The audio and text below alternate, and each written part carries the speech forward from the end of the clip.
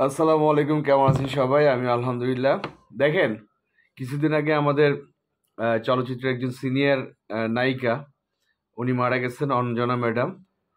ওনাকে নিয়ে অনেকে বলছে, ভাই আপনাদের এখানে এত মৃত্যু হচ্ছে, আপনি এইগুলো নিয়ে কথা বলেন না কেন? অঞ্জনা ম্যাডাম মারা গেল, প্রবীরদা মারা গেল, আরো অনেকেই মারা গেল, এগুলো নিয়ে কম কথা বলেন। আসলে মৃত মানুষের নিয়ে কথা বলে তো আসলে কোনো লাভ নেই। তারপরও অঞ্জনা ম্যাডামেরটা বলতেছি কারণ এখানে কিছু বিতর্ক দেখা গেছে যে হচ্ছে উনার পালিত ছেলে হচ্ছে উনাকে মারার জন্য অনেকটা দায়ী, বিভিন্ন ধরনের কথাবার্তা বলতেছে। যেমন আমাদের আহ, আহ, দেবী ভাবি, এটা হচ্ছে আমাদের রাজীব সাহেবের সেকেন্ড ওয়াইফ। উনি কিছু ইন্টারভিউ দিছে, ইন্টারভিউতে এসে বলছে যে ব্যাপার, ওই ছেলেটার আচরণ সন্দেহজনক, এটা সেটা হাবিজাবি।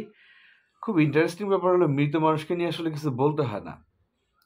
তারপরে বলি, উনি একটা সময় উনি একজন মুসলিমকে বিয়ে করে, অঞ্জনা ম্যাডাম, উনার সাথে আমার তেমন একটা দেখা সাক্ষাৎ নেই, পরিচয় নেই, আর পরিচয় হওয়ার চেষ্টাও করিনি।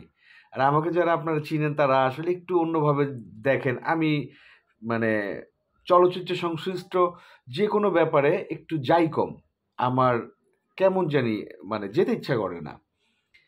সেটা পিকনিক হোক, কোনো অনুষ্ঠান হোক, এইটা হোক সেটা হোক, আমি আসলে যাইতে চাই না বা যাই না, সত্যি কথা।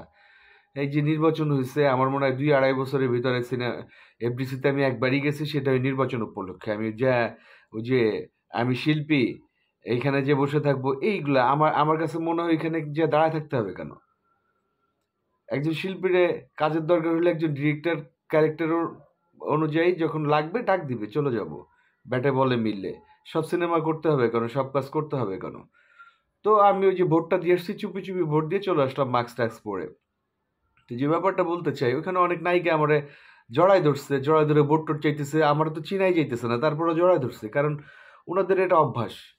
মানে আহ, যে ভোট চাওয়ার সময় জড়াই ধরা। তো আমি আসলে বিব্রত বোধ করতেছিলাম যে নায়িকারা, আমি আমি তো সবাই চিনি, আমার মাস্ক পরা, আমার চিনলেও কেউ চিনে নাই। মিশা ভাই আমার চিনে নাই, মিশা ভাই আমার সালাম দিছে। তো সেহেতু মিশা ভাই যেহেতু আমার কাছের ভাই চিনে নাই, এমন ভাবে গেছি আমি, অন্য মেয়েদের তো চেনার কথা না, তারপরে ধরছে, কারণ এটা ওনাদের কাছে কোনো ফ্যাক্ট না। এখন যে ব্যাপারটা হলো, অঞ্জনা ম্যাডামের ব্যাপারে একটু বলি। অঞ্জনা ম্যাডাম, অঞ্জনা রহমান হয়েছে, উনি একজন মাহমুদ কলি সাহেবের বড় ভাইকে নাকি বিয়ে করছিল, নাকি না উনি নাকি বিয়ে করছিল। ওই ঘরে কি বাচ্চা কাচ্চা আছে আমি বললাম না, ওইভাবে আসলে জানি না। তো সেইখানে কোনো ছেলে নাই। তো এই ছেলেটা কোত্থেকে আসলো? এই ছেলেটাকে যখন ইন্ডাস্ট্রিতে উনি প্রথম আনছে, তখন ভাই হিসেবে পরিচয় করে দিচ্ছে, শোনা কথা। তো সেই ছেলে হঠাৎ করে, সেই ভাই হঠাৎ করে ছেলে হয়ে গেছে। আচ্ছা, অনেকে বলতেছে এটা আসলে ওনার পার্টনার ছিল। পার্টনার কি শব্দটা আহ, বুঝে নিন আর কি। হ্যাঁ, ওনার ওনার আসলে আহ, বুঝছেন না আপনার ব্যাপারটা এরকম। এখন আমি তো জানি না, বিভিন্ন জায়গায় দেখছি, এবং যারা অনেকে প্রকাশ্য বলে না, আমি প্রকাশ্য বললাম যে এটা আমি শুনতেছি যে ওনার পার্টনার ছিল উনি। কি পার্টনার এটা আপনারা বুঝে নেন। তো যেহেতু একটা ছেলেকে ভাই পরিচয় দেওয়ার পরে ছেলে হয়েছে, তো এরপরে পার্টনার বাস্তবে ছিল কিনা একমাত্র উনি জানে এবং ওনার কাছের মানুষরা জানে, বাট আমি শুনছি যেটা, এটা বললাম। আরেকটা ব্যাপার বলি, আমি আমি নিজে অনেক মামা ভাগ্নিকে দেখছি, দিনের বেলায় মামা ভাগ্নি আবার রাতের বেলা এক রুমে ঘুমাইছে, এরকম আমি অসংখ্য দেখছি।